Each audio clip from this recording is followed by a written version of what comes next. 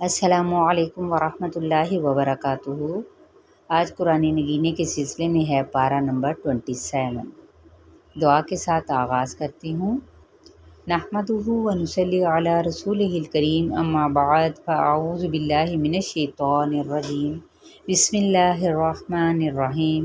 قال فما خطبکم ایھا المرسلون قالوا انا ارسلنا الی قوم مجرمین۔ حضرت ابراہیم علیہ السلام انہوں نے کہا کہ اللہ کے بھیجے ہوئے فرشتوں، تمہارا کیا مقصد ہے؟ انہوں نے جواب دیا کہ ہم گنہگار قوم کی طرف بھیجے گئے ہیں۔ یہاں پر گنہگار قوم سے مراد کون ہے؟ قوم لوط، جن کا سب سے بڑا جرم کیا تھا؟ لواطت تھا۔ اور جب یہ آگے نبی اکرم صلی اللہ علیہ وآلہ وسلم سے پوچھا گیا کہ اسلام کیا ہے، تو آپ صلی اللہ علیہ وآلہ وسلم نے فرمایا لا الہ الا اللہ کی شہادت، اقامت صلاۃ، ایتاء زکوٰۃ، حج اور صیام رمضان۔ اور جب ایمان کی بابت پوچھا گیا تو فرمایا کہ اللہ پر ایمان لانا، اس کے ملائکہ، کتابوں، رسولوں اور تقدیر خیر و شر کے من جانب اللہ ہونے پر ایمان رکھنا، یعنی دل سے ان چیزوں پر یقین رکھنا۔ ایمان اور احکام و فرائض کی ادائیگی اسلام ہے۔ اس لحاظ سے ہر مومن مسلمان اور ہر مسلمان مومن ہے، فتح القدیر میں آیا ہے۔ اور جو مومن اور مسلم کے درمیان فرق کرتے ہیں وہ کہتے ہیں کہ یہ ٹھیک ہے کہ یہاں قرآن نے ایک ہی گروہ کے لیے مومن اور مسلم کے الفاظ استعمال کیے ہیں، لیکن ان کے درمیان جو فرق ہے وہ کیا ہے؟ کو کا اور کی کا، یعنی مسلمان جون سا ہے وہ اللہ کو مانتا ہے، جبکہ مومن جون سا ہے وہ اللہ کی مانتا ہے۔ بہرحال یہ ایک علمی بحث ہے، فریقین کے پاس اپنے موقع پر استدلال کے لیے دلائل موجود ہیں۔ اور اس کے علاوہ قرآن پاک کے اندر، یعنی جو سورہ طور ہے اس کے بعد، اس میں یہ بتایا گیا کہ وَالطُّورِ وَکِتَابٍ مَّسْطُورٍ۔ مستور کے معنی کیا ہیں؟ مکتوب یعنی لکھی ہوئی چیز، قرآن مجید، لوح محفوظ، تمام کتب منزلہ یا وہ انسانی اعمال نامے جو فرشتے لکھتے ہیں۔ اور یہ مستور جو ہے وہ رقن وہ باریک چمڑا جس پر لکھا جاتا تھا، ٹھیک ہے۔ اور یہ بیت معمور یعنی 7ویں آسمان پر وہ عبادت خانہ ہے جس میں فرشتے عبادت کرتے ہیں۔ یہ عبادت خانہ فرشتوں سے اس طرح سے بھرا ہوا ہوتا ہے کہ روزانہ اس میں 70,000 فرشتے عبادت کے لیے آتے ہیں، جن کی پھر دوبارہ قیامت تک باری نہیں آتی، جیسا کہ احادیث معراج میں بھی بیان کیا گیا ہے۔ بعض جو ان سے ہیں وہ بیت معمور سے مراد خانہ کعبہ لیتے ہیں، جو عبادت کے لیے آنے والے انسانوں سے ہر وقت بھرا ہوا رہتا ہے۔ بہرحال معمور کے معنی ہی آباد اور بھرے ہوئے کے ہیں۔ اب آگے جو ہے والذین آمنوا واتبعتہم ذریتہم بإیمان الحقنا بہم ذریتہم وما التناہم من عملہم من شیء کل امرئ بما کسب رہین۔ اور جو لوگ ایمان لائے اور ان کی اولاد نے بھی ایمان میں ان کی پیروی کی، ہم ان کی اولاد کو ان تک پہنچا دیں گے اور ان کے عمل سے ہم کچھ بھی کم نہ کریں گے، اور ہر شخص اپنے اپنے اعمال کا گروی ہے، یعنی جن کے باپ اپنے اخلاص اور تقوی اور عمل و کردار کی بنیاد پر جنت کے اعلیٰ درجوں پر فائز ہوں گے۔ اللہ تعالیٰ ان کی ایماندار اولاد کے بھی درجے بلند کر کے ان کو ان کے باپوں کے ساتھ ملا دے گا۔ یہ نہیں کرے گا کہ ان کے باپوں کے درجے کم کر کے ان کی اولاد والے کم تر درجوں میں انہیں لے آئے، یعنی اہل ایمان پر 2 گنا احسان فرمائے گا۔ ایک کیا ہے کہ باپ بیٹوں کو آپس میں ملا دے گا تاکہ ان کی آنکھیں ٹھنڈی ہوں، بشرط یہ کہ دونوں ایماندار ہوں۔ اور دوسرا کیا ہوگا؟ یہ کہ کم تر درجے والوں کو اٹھا کر اونچے درجوں پر فائز فرما دے گا۔ ورنہ دونوں کے ملاپ کا طریقہ یہ بھی ہو سکتا ہے کہ A کلاس والوں کو B کلاس دے دیں۔ یہ بات چونکہ اس کے فضل اور احسان سے فروتر ہوگی، اس لیے وہ ایسا نہیں کرے گا، بلکہ B کلاس والوں کو A کلاس عطا فرمائے گا۔ یہ تو اللہ کا وہ احسان ہے جو اولاد پر آبا کے عملوں کی برکت سے ہوگا۔ اور حدیث میں بھی آتا ہے کہ اولاد کی دعا و استغفار سے آبا کے درجات میں بھی اضافہ ہوتا ہے۔ ایک شخص کے جب جنت میں درجے بلند ہوتے ہیں تو وہ اللہ سے اس کا سبب پوچھتا ہے۔ اللہ تعالیٰ فرماتا ہے تیری اولاد کی تیرے لیے دعائے مغفرت کرنے کی وجہ سے۔ اور مسند احمد میں بھی ہے کہ اس کی تائید اس حدیث سے بھی ہوتی ہے کہ جس میں آتا ہے کہ جب انسان مر جاتا ہے تو اس کے عمل کا سلسلہ منقطع ہو جاتا ہے، البتہ 3 چیزوں کا ثواب جو ہے وہ موت کے بعد بھی جاری رہتا ہے۔ نمبر 1 صدقہ جاریہ، دوسرا وہ علم جس سے لوگ فیض یاب ہوتے رہیں، اور تیسری نیک اولاد جو اس کے لیے دعا کرتی ہو۔ مسلم اور کتاب الوصیہ کی اندر یہ روایت ملتی ہے۔ وَاصْبِرْ لِحُکْمِ رَبِّکَ فَإِنَّکَ بِأَعْیُنِنَا وَسَبِّحْ بِحَمْدِ رَبِّکَ حِینَ تَقُومُ۔ تو اپنے رب کے حکم کے انتظار میں صبر سے کام لے، بے شک تو ہماری آنکھوں کے سامنے ہے۔ صبح کو جب تو اٹھے اپنے رب کی پاکی اور حمد بیان کر، اور رات کو بھی اس کی تسبیح پڑھ، اور ستاروں کے ڈوبتے وقت بھی۔ مطلب کیا ہے کہ جب بھی حدیث کے اندر آتا ہے کہ جو شخص کسی مجلس سے اٹھتے وقت یہ دعا پڑھ لے گا تو اس کی مجلس کے گناہوں کا کفارہ ہو جائے گا، یعنی یہ وہ والی مجلس۔ کون سی دعا ہے یہ؟ سبحانک اللہم و بحمدک اشہد ان لا الہ الا انت استغفرک و اتوب الیک، ٹھیک ہے۔ اور اس کے علاوہ جو دعائیں کہ اس کھڑے ہونے سے کون سا کھڑا ہونا مراد ہے، بعض کہتے ہیں کہ جب نماز کے لیے کھڑے ہوں، جیسا کہ آغاز نماز میں سبحانک اللہم و بحمدک و تبارک اسمک و تعالی جدک و لا الہ غیرک، یہ پڑھا جاتا ہے۔ اور بعض کہتے ہیں جب نیند سے بیدار ہو کر کھڑے ہوں تو اس وقت بھی اللہ کی تسبیح و تحمید مسنون ہے۔ اور بعض کہتے ہیں جب کسی مجلس سے کھڑے ہوں، جیسا کہ ابھی میں نے آپ کو یہ دعا بتائی ہے کہ سبحانک اللہم و بحمدک اشہد ان لا الہ الا انت استغفرک و اتوب الیک۔ پھر یہ جو آگے سورہ النجم ہے، یہ پہلی سورہ ہے جسے رسول اللہ صلی اللہ علیہ وآلہ وسلم نے کفار کے مجمع عام میں تلاوت کیا، اور تلاوت کے بعد آپ صلی اللہ علیہ وآلہ وسلم نے اور آپ صلی اللہ علیہ وآلہ وسلم کے پیچھے جتنے بھی لوگ تھے سب نے سجدہ کیا سوائے امیہ بن خلف کے۔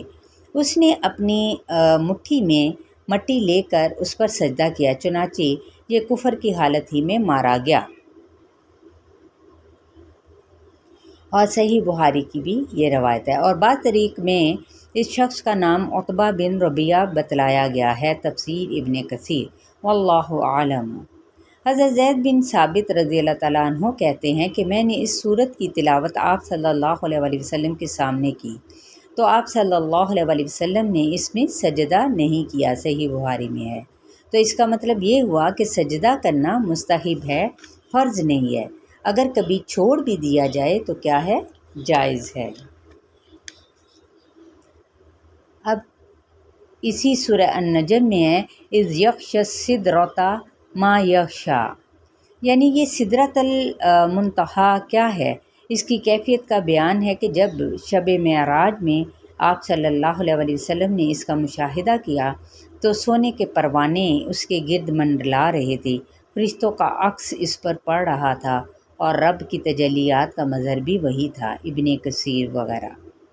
اسی مقام پر نبی اکرم صلی اللہ علیہ وآلہ وسلم کو 3 چیزوں سے نوازا گیا تھا: 5 وقت کی نمازیں، سورہ البقرہ کی آخری آیات، اور اس مسلمان کی مغفرت کا وعدہ جو شرک کی آلودگیوں سے پاک ہوگا، صحیح مسلم۔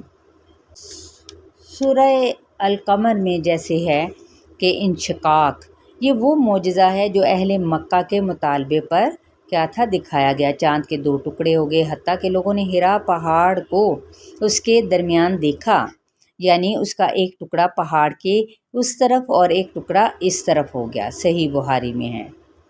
تو یہ بات علماء کے درمیان متفق علیہ ہے کہ انشقاق قمر نبی صلی اللہ علیہ وآلہ وسلم کے زمانے میں ہوا، اور یہ کہ آپ صلی اللہ علیہ وآلہ وسلم کے واضح معجزات میں سے یہ ہے۔ صحیح سند سے ثابت احادیث متواترہ اس پر دلالت بھی کرتی ہیں۔ وَلَقَدْ يَسَّرْنَا الْقُرْآنَ لِلذِّكْرِ فَهَلْ مِن مُّدَّكِرٍ، اور بے شک ہم نے قرآن کو سمجھنے کے لیے آسان کر دیا ہے، پس کیا کوئی نصیحت حاصل کرنے والا ہے؟ یعنی اس کے مطالب اور معنی کو سمجھنا، اس سے عبرت اور نصیحت حاصل کرنا اور اسے زبانی یاد کرنا ہم نے آسان کر دیا ہے۔ چنانچہ یہ واقعہ ہے کہ قرآن کریم اعجاز و بلاغت کے اعتبار سے نہایت اونچے درجے کی کتاب ہونے کے باوجود کوئی شخص تھوڑی سی توجہ دے تو وہ عربی گرامر اور معنی اور بلاغت کی کتابیں پڑھے بغیر بھی اسے آسانی سے سمجھ لیتا ہے۔ اسی طرح یہ دنیا کی واحد کتاب ہے جو لفظ بہ لفظ یاد کر لی جاتی ہے، ورنہ چھوٹی سی چھوٹی کتاب کو بھی اس طرح سے یاد کر لینا اور اسے یاد رکھنا نہایت مشکل ہے۔ سورہ الرحمن، سورہ الرحمن میں دیکھیں کیا بتایا گیا ہے کہ پہلے تھوڑی سی آیات کی تلاوت کر لیتے ہیں۔ الرحمن علم القرآن خلق الانسان علمہ البیان، کہ رحمان نے قرآن سکھایا، اسی نے انسان کو پیدا کیا اور اسے بولنا سکھایا۔ تو یہاں پر اس کو بعض حضرات نے اس سورہ کو مدنی قرار دیا ہے، تاہم صحیح یہی ہے کہ یہ مکی ہے، فتح القدیر۔ اس کی تائید اس حدیث میں بھی ہے کہ جس میں نبی اکرم صلی اللہ علیہ وآلہ وسلم نے فرمایا کہ کیا بات ہے کہ تم خاموش رہتے ہو، تم سے تو اچھے جن ہیں۔ جب جن والی رات کو میں نے یہ صورت ان پر پڑھی تو میں جب بھی فَبِأَيِّ آلَاءِ رَبِّكُمَا تُكَذِّبَانِ پڑھتا تو وہ اس کے کیا کرتے، جواب میں کہتے لا بِشَيْءٍ من نِعَمِكَ رَبَّنَا نُكَذِّبُ فَلَكَ الحمد یا فلق الحمد۔ تو یہ جنات کا جواب تھا، ٹھیک ہے، تو یہ ہمیں بھی دعا یاد کر لینی چاہیے۔ لا بشیء من نعمک ربنا نکذب فلق الحمد، کہتے ہیں کہ اہل مکہ کے جواب میں ہے جو کہتے تھے کہ یہ قرآن محمد صلی اللہ علیہ وآلہ وسلم کو کوئی انسان سکھاتا ہے۔ بعض کہتے ہیں کہ ان سے اس قول کے جواب میں ہے کہ رحمان ہے کیا، رحمان کیا ہے؟ قرآن سکھانے کا مطلب ہے اسے آسان کر دیا، یا اللہ نے اپنے پیغمبر کو سکھایا اور پیغمبر نے امت کو سکھایا۔ اس صورت میں اللہ نے اپنی بہت ساری نعمتیں گنوائی ہیں، چونکہ تعلیم قرآن ان میں قدر و منزلت اور اہمیت و افادیت کے لحاظ سے سب سے نمایاں ہے، اس لیے پہلے اسی نعمت کا ذکر فرمایا ہے فتح القدیر میں۔ تو اللہ تعالیٰ نے یہ یہاں پر اس کے اندر انسانوں اور جنوں دونوں سے خطاب کیا ہے کہ اللہ تعالیٰ اپنی نعمتیں گنوا کر ان سے پوچھ رہا ہے کہ یہ تکرار اس شخص کی طرح ہے جو کسی پر مسلسل احسان کرے لیکن وہ اس کے احسان کا کیا ہے، منکر ہو۔ جیسے کہے کہ میں نے تیرا یہ فلاں کام کیا، کیا تو انکار کرتا ہے؟ فلاں چیز تجھے دی، کیا تجھے یاد نہیں؟ تجھ پر فلاں احسان کیا، کیا تجھے ہمارا ذرا خیال نہیں؟ فتح القدیر۔ تو لہٰذا انسان کو اپنے رب کا اس کے احسانات کو فراموش نہیں کرنے چاہیے بلکہ اس کا شکر ادا کرنا چاہیے۔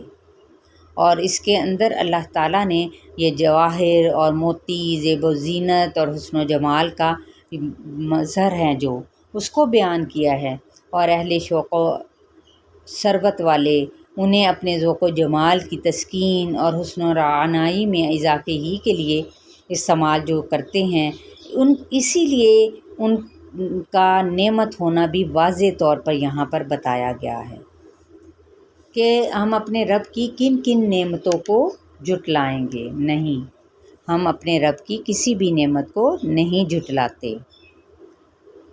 مطلب یہ ہے نا کہ اگر تم قیامت والے دن کہیں بھاگ کر گئے بھی تو فرشتے آگ کے شعلے اور دھواں تم پر چھوڑ کر یا پگھلا ہوا تانبا تمہارے سروں پر ڈال کر تمہیں واپس لے آئیں گے۔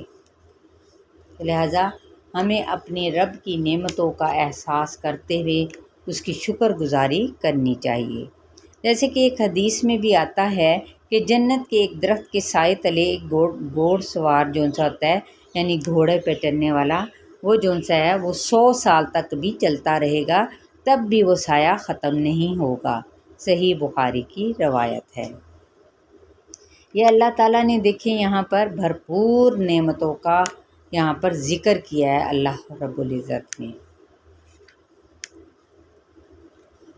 تو یہاں پہ میں اس کا اختتام کرتی ہوں اور امید کرتی ہوں کہ آپ ان آیات کی جو چھوٹے چھوٹے سے نگینے ہیں ان سے ضرور مستفید ہوں گے اور اللہ کا احسان مانیں گے اور اس کا شکر گزار بنیں گے کہ اس نے ہمیں کن کن نعمتوں سے نوازا ہے، کہ ہم سب سے پہلے جو اس نے ہمیں سانس دیا، اور وہ سانس جو ہر پل ہمارے آتا جاتا ہے، ہم تو سب سے پہلے اس کے سانس کا جو اس نے ہمیں عطا فرمایا اس کی اس نعمت کا ہی شکر ادا نہیں کر سکتے۔